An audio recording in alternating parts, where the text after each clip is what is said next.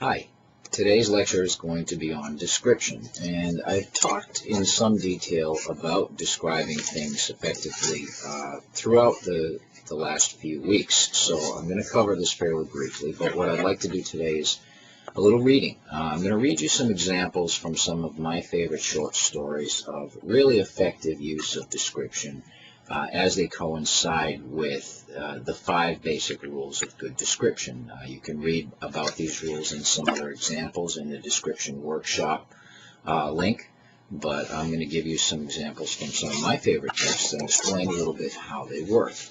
Now, the first rule of good description is that people are more interesting than scenery. And what this implies is that, first of all, kind of like photographs of people are more interesting than photographs of things more often than not. I know I love photographs more if I know the people that are in them. I don't look at the background, I look at the faces.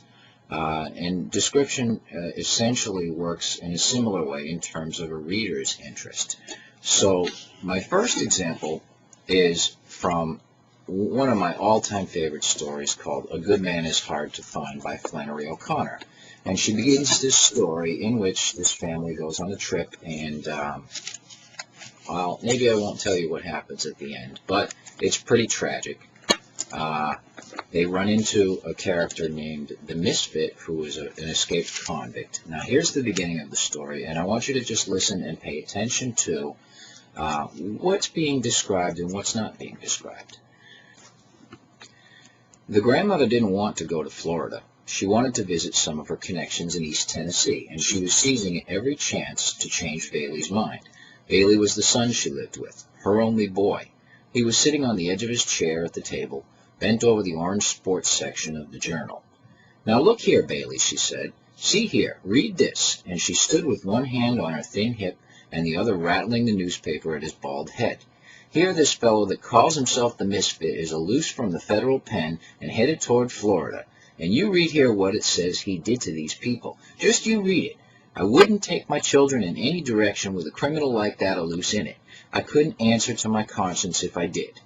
Bailey didn't look up from his reading, so she wheeled around then and faced the children's mother, a young woman in slacks, whose face was as broad and innocent as a cabbage, and was tied around with a green headkerchief that had 2 points on the top like rabbit ears.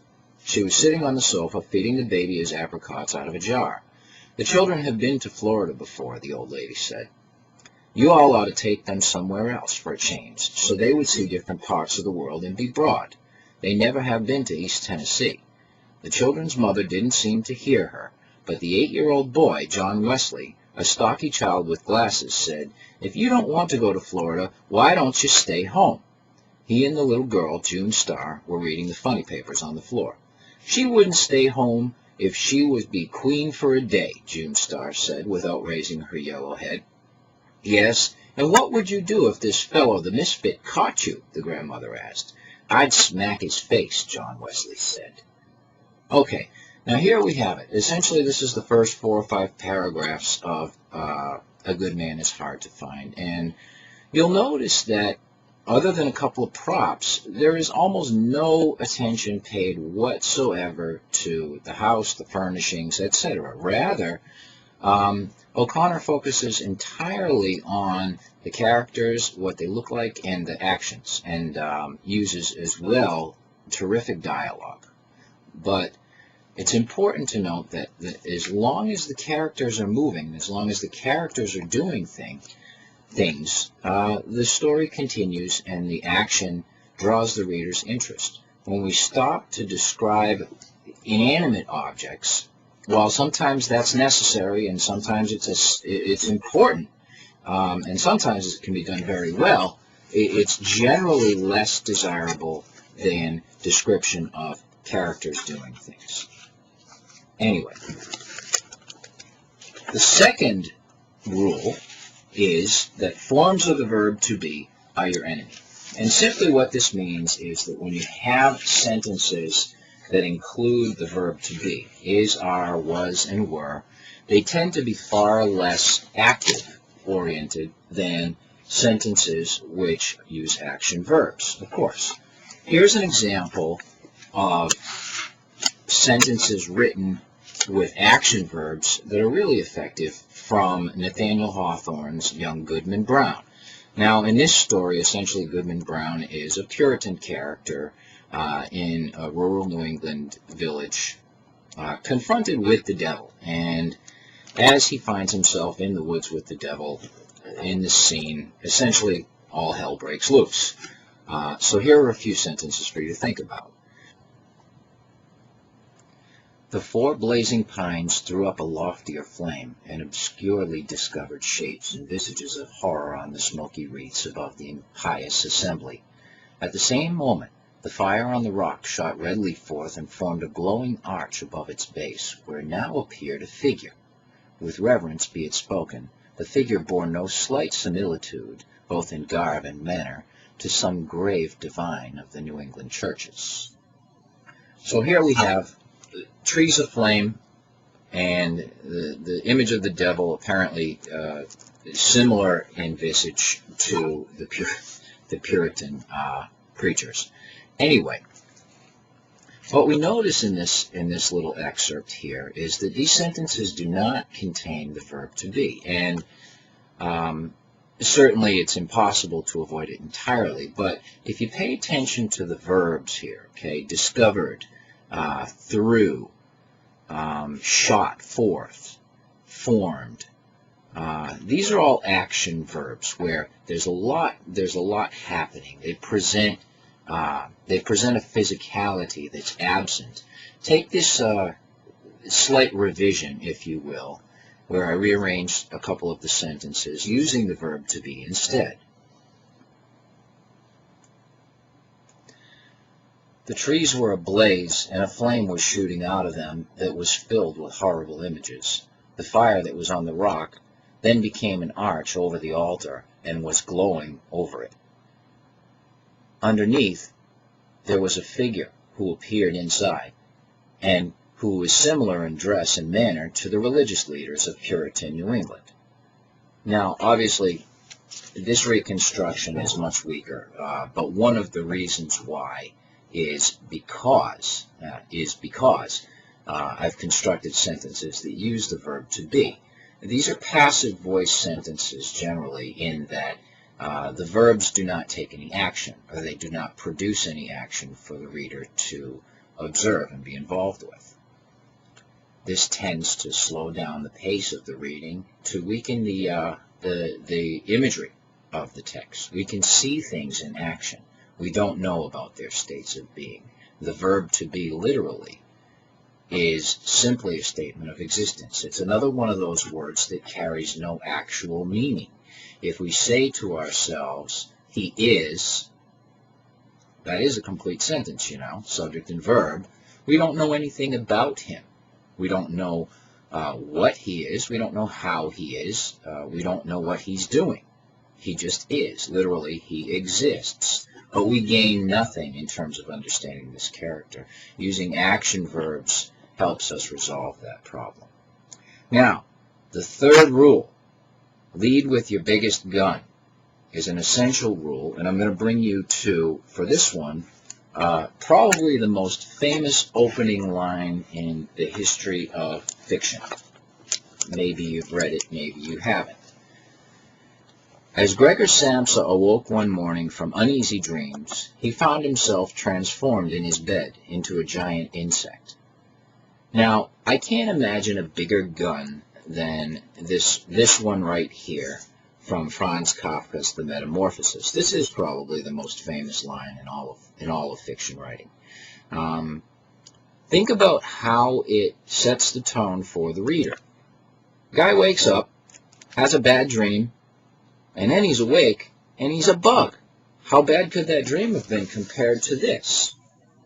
Now, essentially what the rule says is you've got to hit your reader immediately with something really significant in order for them to want to attend to the rest of your text. Now, the beginning of a text is so important because it is your first opportunity to set the tone, to get your reader involved. You also have a responsibility to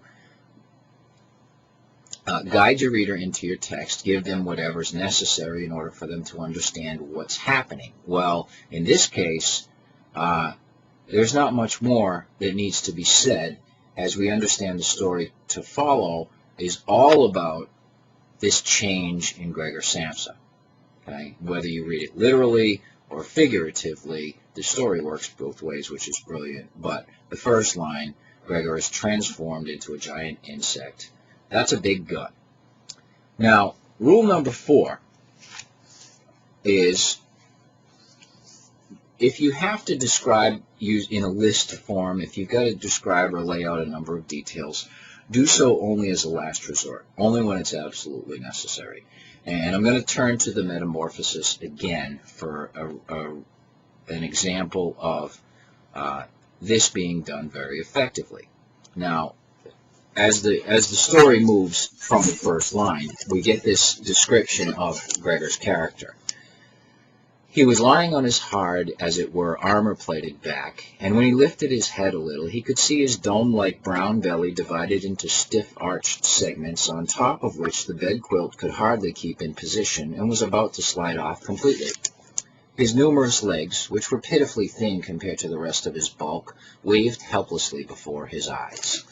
Now, again, I don't know that there would be another way to describe this insect other than listing features. And normally speaking, such lists are really only necessary when you've got something that is completely out of the realm of normal, when your audience doesn't have really the ability to see the image clearly as you might hope for them to, because they don't know what they're looking at. If we say a bug or we say an insect, we could imagine any one of thousands upon thousands of insects that look slightly differently. But here, by defining Gregor, the human being, with these insect-like, very precise characteristics, we get a much stronger sense of what he might be suffering. Now, this ties in a little bit with the last of the 5 rules. And the last rule is only describe what is different. Now, certainly, the description of an insect is different, but I'm going to go to another story, another one by Nathaniel Hawthorne, actually, called The Birthmark, which describes, in the 19th century, a scientist who marries a beautiful woman who happens to have a birthmark on her face, and this birthmark becomes an obsession of his. It drives him crazy. Now, here, all we learn about Aylmer, the scientist's wife, Georgiana, is that she's extremely beautiful and she has this birthmark. Pay attention to what details are presented about the way she looks and what details are left out here. "Georgiana," said he, "has it never occurred to you that the mark upon your cheek might be removed?" "No, indeed," she said, smiling. But perceiving the seriousness of his manner, she blushed deeply. "To tell you the truth, it has been so often called a charm that I was simple enough to imagine it might be so." "Ah, upon another face, perhaps it might," replied her husband, "but never on yours. No, dearest Georgiana, you came so nearly perfect from the hand of nature that this slightest possible defect, which we hesitate whether to term a defect or a beauty, shocks me as being the visible mark of earthly imperfection." "Shocks you, my husband?" cried Georgiana, deeply hurt, at first reddening with momentary anger, but then bursting into tears.